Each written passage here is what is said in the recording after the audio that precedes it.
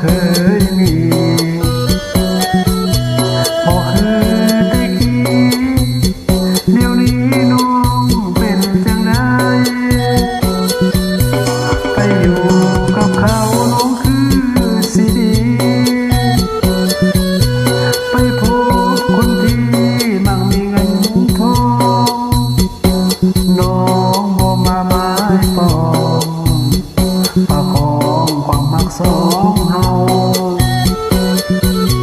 เจ้าลืมทุกอย่างความรักที่มีต่อกัน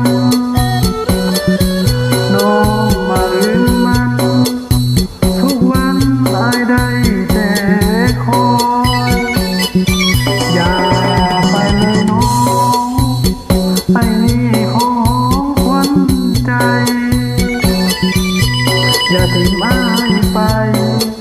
สิปล่อยอ้ายอยู่คนเดียวนี่บ่ผู้สาวใจด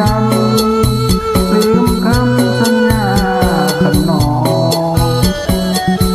ที่อ้ายลงคอ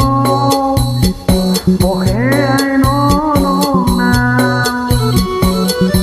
อ้ายหากเจ้าเด้ออยากให้เข้าใจถ้าหากเขาพาน้องไปสิหูไว้ว่ายังมีอายอดีตเขายังมีชาตินี้สิจำจนตาย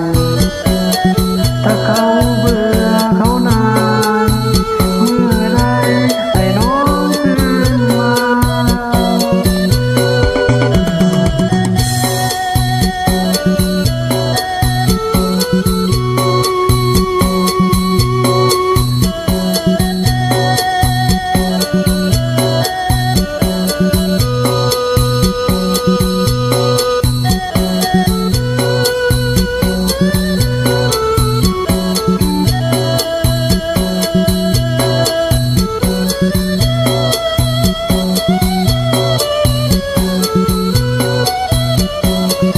อย่า